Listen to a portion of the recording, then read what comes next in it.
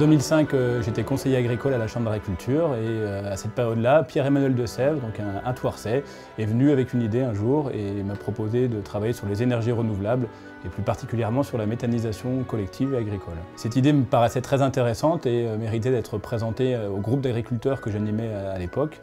Les agriculteurs ont rapidement adhéré à ce projet-là en souhaitant adhérer à la fois des agriculteurs éleveurs, des céréaliers, en réfléchissant aussi aux abattoirs locaux qui pourraient apporter des biomasses et ainsi faire tourner une méthanisation collective, agricole et territoriale pour le Thouarçais.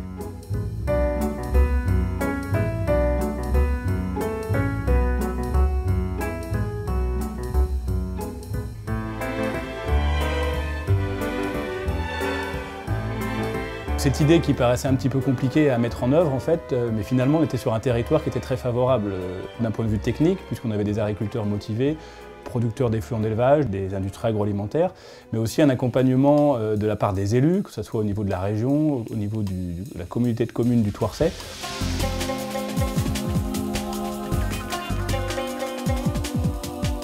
Ce projet est un peu novateur puisqu'il regroupe quand même une soixantaine d'agriculteurs d'un point de vue collectif pour faire cette méthanisation, mais il est aussi novateur et un peu unique en France puisqu'aujourd'hui les agriculteurs sont venus d'une manière volontaire et non pas obligatoirement à adhérer à ce projet-là avec une difficulté de valoriser leur fumier.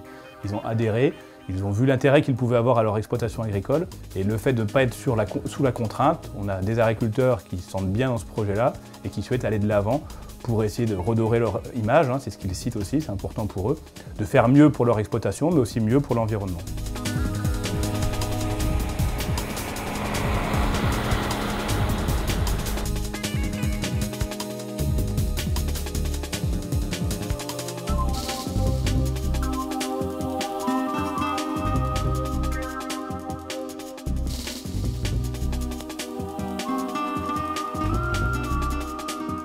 Après 3 années d'études administratives et bancaires, les travaux ont démarré en octobre 2011 par toute la partie terrassement, suivi de la partie béton, donc une équipe d'environ 10 personnes qui se sont relayées pendant 5 à 6 mois pour faire tous les ouvrages techniques en profondeur. On a des fosses qui sont à 6 mètres de profondeur, qui vont stocker le fumier, le lisier par exemple. Cette même équipe a ensuite monté l'ossature principale du bâtiment en béton. On a des murs qui culminent à 12,50 m de haut.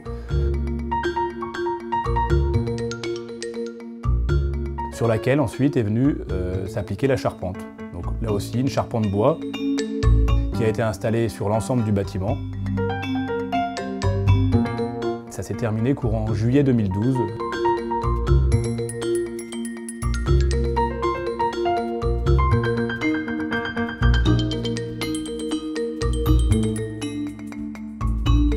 À partir de juillet 2012, une fois qu'on a fait une première ossature de bâtiment, les éléments de process sont arrivés. Donc derrière process, c'est les cuves pour évaporer le digestat.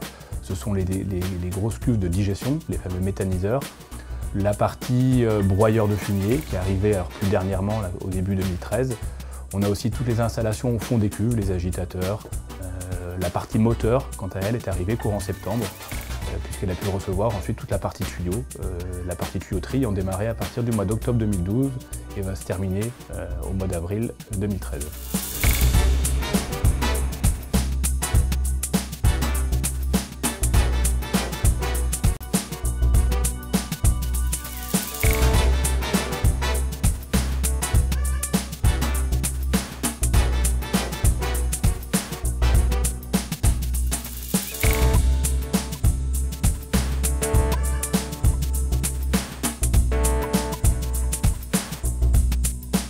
Cette énergie est divisée en 2 points, de l'électricité qui va être revendue à l'entreprise Seolis, qui est une régie locale électrique des Deux-Sèvres, et la partie chaleur qui va être revendue à la coopérative Belle Année.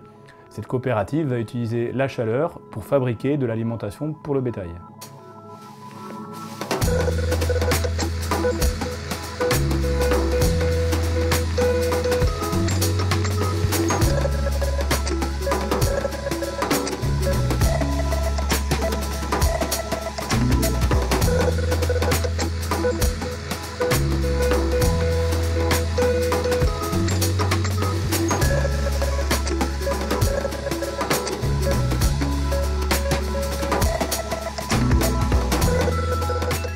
Après ces 7 ans de développement, le point important va être la mise en exploitation de l'unité pour la fin de l'année 2013.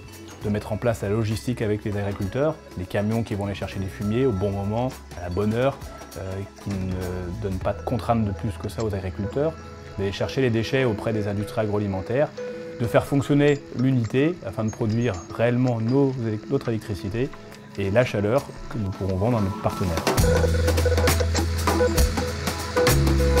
Lorsqu'on visite Tipper Méthanisation, on pense avant tout à la production d'énergie renouvelable. On voit les chaudières, on voit les cogénérateurs.